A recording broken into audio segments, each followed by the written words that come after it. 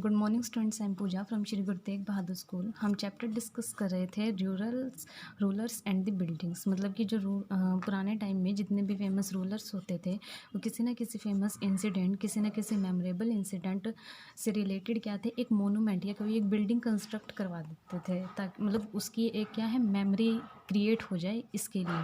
अब उस टाइम की जो मेमोरी क्रिएट करने के लिए जो बिल्डिंग या मोनूमेंट्स क्रिएट किए जाते थे उसमें क्या थी, आर्किटेक्चरल जो डिज़ाइन होता था, जैसे कि हम ये देखें जो कुतुब मीनार का डिज़ाइन है, मतलब उसमें एक स्पेसिफिक डिज़ाइनिंग की जाती थी। एक उसमें क्या थी, आर्ट जो थी हमें एक हाई लेवल की आर्ट देखने को मिलती थी, जो कि आज भी हम अगर हिस्टोरिकल किसी बिल्डिंग में जा विज़िट करने जाते हैं तो हम आज भी वहाँ की आर्ट को हम वहाँ पर देख सकते हैं। अब उस टाइम की जो कंस्ट्रक्शंस होती थी उसमें क्या थी, बेसिकली टू जो डिज़ाइंस थे या टू स्किल्स थी, इंजीनियरिंग स्किल्स या कंस्ट्रक्शंस की स्किल थी, वो देखने को मिली थी हमें।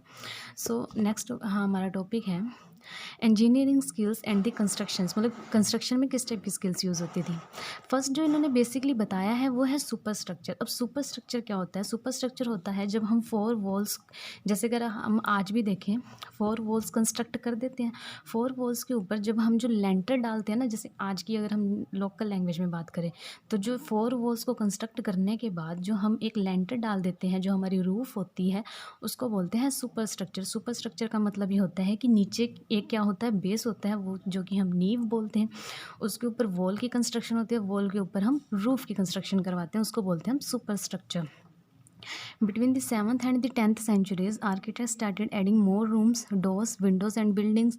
Roofs, doors, windows were still made by placing a horizontal beams across two vertical columns. अब इसका मतलब ये है, हम जैसे बोलते हैं ना, हम एक एंट्री गेट बनाते हैं। जब एंट्री गेट में क्या होता है, जिसको हम चौखट भी बोलते हैं, जो एंट्री पॉइंट होता है, उस पर क्या कहते हैं, पहले हम दो वर्टिकल बार्स लगाते हैं, फिर वर्टिकल बार के ऊपर हम एक हॉरिजॉन्टल बार लगाते हैं, ताकि एक क्या है बेस प्रोवाइड हो जाए वहाँ पर हमें, जैसे कोई भी डोर या विंडो को अटैच करने के लिए, उसको बोलते हैं हम। इस टाइप की कंस्ट्रक्शन करवाई जाती थी जब भी कोई डोर या विंडो हमें वहाँ पे अटैच करनी होती थी।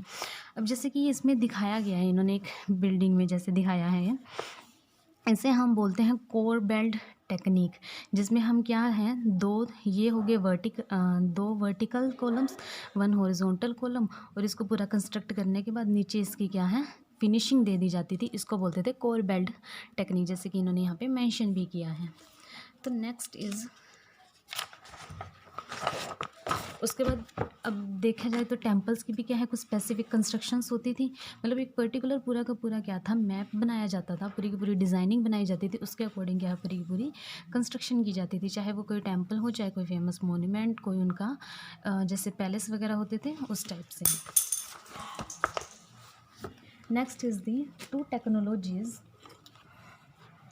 and the stylistic developments are noticeable from the 12th century। दो मेन टेक्नोलॉजी मतलब हमें देखने को मिली थी। First is the weight of the super structure above the doors and the windows वो sometime carried by the arches. मतलब कि जो हाई लेवल की जो ये बनाई जाती थी, जैसे कि आर्क्स के रूप में इनकी एंट्री की गेट होती थी। जैसे आजकल हम देखते हैं नॉर्मल क्या होता है, स्ट्रेट रूफ्स होते हैं, मतलब स्ट्रेट एंट्री पॉइंट होते हैं, लेकिन पहले के टाइम में क्या होते थे, जो एंट्री पॉइंट होते थे वो इस टाइप से होते थे, आर्क की फॉर्म में होते थे, जैसे सेमी सर्कल होता है ना, उस फॉर्म में। So these architectural form was called the arcade. और इसी आर्क को जो एंट्री पॉइंट होता था इसको हम बोलते थे आर्केड।